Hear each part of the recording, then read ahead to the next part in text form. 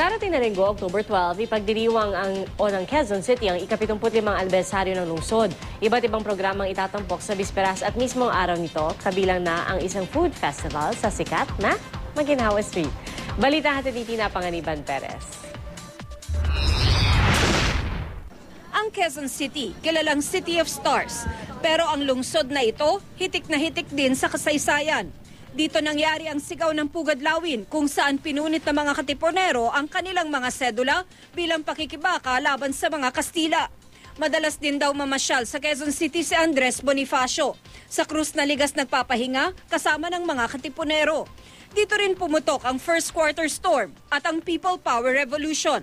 Sa lungsod din ipinanganak, lumaki at namatay si Melchora Aquino, na kilala rin bilang Tandang Sora. Ang kanyang mga labi nakahimlay sa Tandang Sora Shrine sa Banlat Road. Ang mga labi naman ni dating Pangulong Manuel Quezon nasa Quezon Memorial Shrine sa Quezon Memorial Circle. Pero alam kaya yun ng ating mga kababayan? Sino? Ikaw? Sino nakalibing doon? Hindi ko po alam eh. Manuel Quezon po. Saan ang galing ang pangalan ng Quezon City? Kay Manuel Luis Quezon.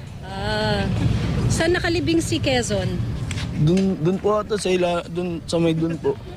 Sa Quezon Memorial Circle din matatagpuan ang Quezon Heritage House na dati nakatayo sa Gilmore Avenue sa New Manila.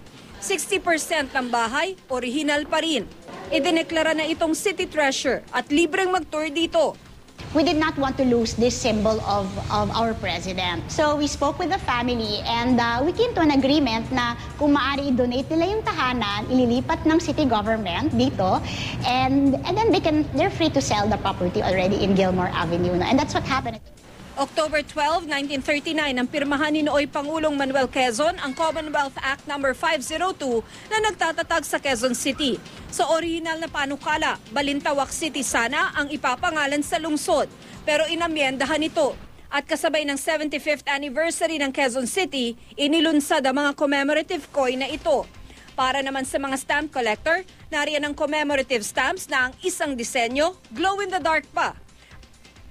May mga inihahanda ring iba't ibang aktibidad gaya ng mga medical mission, job fair at Zumba. Sa darating na Sabado, isasara itong Maginhawa Street sa lahat ng mga uri ng mga sasakyan para bigyang daan ng isang food festival mula alas 9 ng umaga hanggang alas 12 ng hating gabi. Nais kasi ng Quezon City Government na ipakilala ang Maginhawa Street bilang isang food hub o lugar ng mga kainan. Sa ngayon, mahigit 70 na ang mga establisimento rito. Dahil sa kahalagahan ng Quezon City sa bansa, dapat kaya ito maging capital ulit ng Pilipinas gaya noong 1948? Ako naman ay hindi naman masyadong attached dyan sa capital city status because I also believe that it should be Manila. Tina Panganiban Perez, GMA News.